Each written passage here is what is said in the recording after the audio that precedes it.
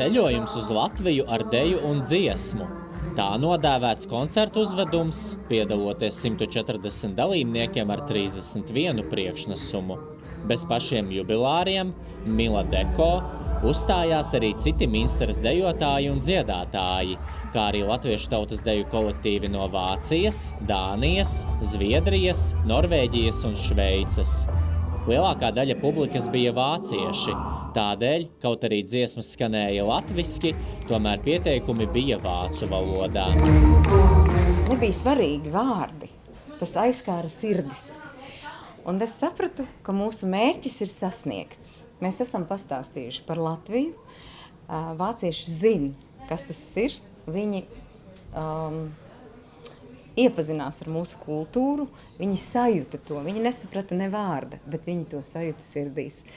Un projām ejot, viņiem ir šī sajūta, ka viņi ir pabijuši Latvijā, drusciņi. Pazīstu Igauniju, pazīstu Tallinu, un mēs runājām, ka arī uz Latviju būtu jauki aizbraukt. Un programmā mēs arī uzzinājām, ka Rīga ir pilsēta ar daudziem pasaules kultūras mantojuma objektiem. Tas mūs vienmēr interesē, lai kurā valstī mēs atrastos. Par vācu publikas atsaucību īpaši pārsteigti bija latviešu dejotāji no citām Eiropas valstīm, atzīstot, ka pašu mājās citautiešu interese ir mazāka. Es teiktu, ka vācu publika ir atsaucīgāka, jo zviedru publika ir grūtāk savākt. Parasti, ja mums ir koncerti, tad lielākais vairums ir latvieši, un tad ir visi draugi radi no zviedru publikas, bet šeit bija sajūta, ka ir tik praktiski vācu skatītāji. Pirms 15 gadiem Mila Deko dibināja Inese Baltvilka, kura to vadīja pirmos 5 gadus. Pēc tam kolektīvs tika nodots tagadējās vadītājas rokās. Mila Deko pašiem dejotājiem nozīmē ne tikai dejošanu, bet arī tikšanos ar tuvākajiem draugiem. Tie ir 500 km vienā virzienā, un tad kopā man sanāk 1200, 1000 bišķiņu vairāk, mēnesī. Bet es braucu tāpēc, ka tur ir mana ģimene, Mila Deko, kur man saprot un ar kuriem labi pavadīt laiku.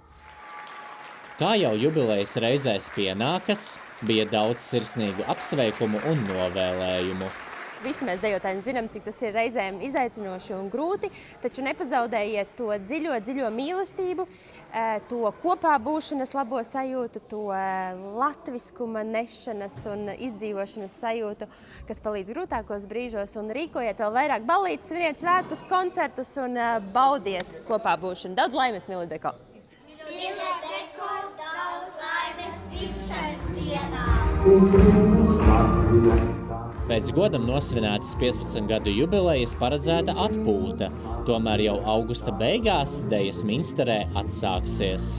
Latvieši.com speciāli RTV.